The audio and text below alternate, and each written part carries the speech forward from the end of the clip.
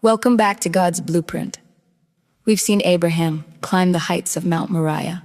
But today, we walk with him through the valley of the shadow of death. This is Genesis 23, a chapter that feels like a transition, but it's actually a massive statement of faith. It's the story of the death of Sarah and the only piece of the promised land that Abraham would ever technically own.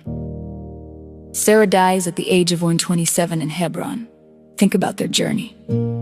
They left Ur together, faced famine in Egypt together, laughed at the promise together, and finally held Isaac together. She is the only woman in the Bible whose age at death is specifically recorded. The Bible says Abraham went out to mourn for Sarah and to weep over her. It's a raw, human moment in the blueprint. Even the father of faith has to walk through the process of grief. But even in his sorrow, Abraham has a problem. He's a foreigner and a stranger in Canaan. He has no place to bury his wife.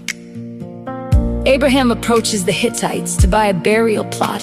What follows is a fascinating cultural dance of ancient Near Eastern business. The Hittites offer it for free as a sign of respect, calling him a mighty prince.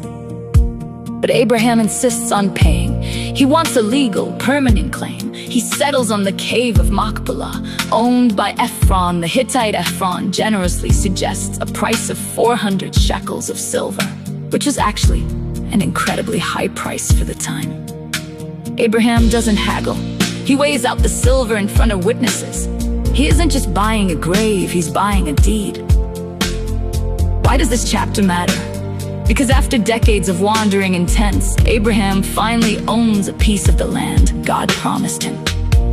But notice the irony. The only part of the promised land he actually owns during his lifetime is a cemetery. By burying Sarah in Canaan, instead of taking her back to their ancestral home in Mesopotamia, Abraham is making a final prophetic statement. He's saying, "This is our home now. We aren't going back." Even in death, we are waiting for the rest of God's promise to come true.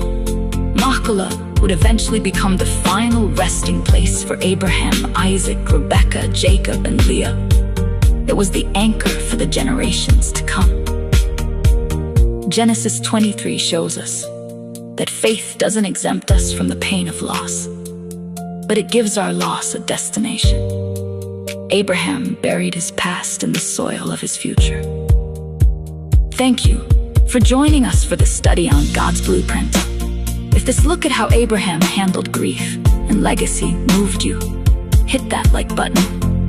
We're heading into a beautiful story of romance and providence next as Abraham finds a wife for Isaac. We'll see you in the next chapter as the story of faith continues to unfold. Before you go, here is today's question. Abraham's only physical possession in the promised land was a burial plot, a down payment on a future he wouldn't live to see. What is something you are investing in today that you might not see the full fruit of in your lifetime, but you believe in because of God's promise?